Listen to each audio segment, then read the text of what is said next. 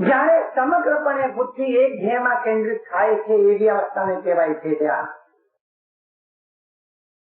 અહીંયા એવું કહેવું છે કે પરમાત્મામાં, મંત્રમાં, શબ્દમાં, સુષુમ્ના નાડીમાં રહેલા કોઈ કેન્દ્રમાં જ્યારે આપની બુદ્ધિ એ પ્રમાણે તન્મય બની જાય છે, સદાકાર બની જાય છે, એકાગ્ર બની જાય છે, એવી અવસ્થાને કહેવાય છે. તો ધ્યાનમ ચ એકાગ્ર સંવિત્તિ, ધ્યાન એટલે એકાગ્રતાની બુદ્ધિ અથવા સજાતીય જ્ઞાન પ્રવાહ. પરમાત્મા પરમાત્મા પરમાત્મા પરમાત્મા પરમાત્મા પરમાત્મા આ પ્રવાહ.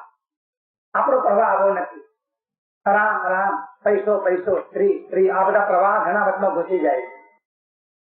એક કાળો પ્રવાહ નથી. એક કાળો પ્રવાહ જીવનમાં ચાલુ થઈ જાય એને સજાતીય પ્રવાહ છે. અથવા એક જ સળંગ ધારા, જેમ તેલની ધારા ચાલી જાય છે, અખંડ ધારા, તેલની ચૂક્યા વગરની ધારા, એ સળંગ ધારા જેવી છે. એવી સળંગ ધારા ધ્યેયમાં વહેવી, બુદ્ધિની સળંગ ધારા દેહમાં દેવી, એવી અવસ્થાને કહેવાય છે ધ્યાન.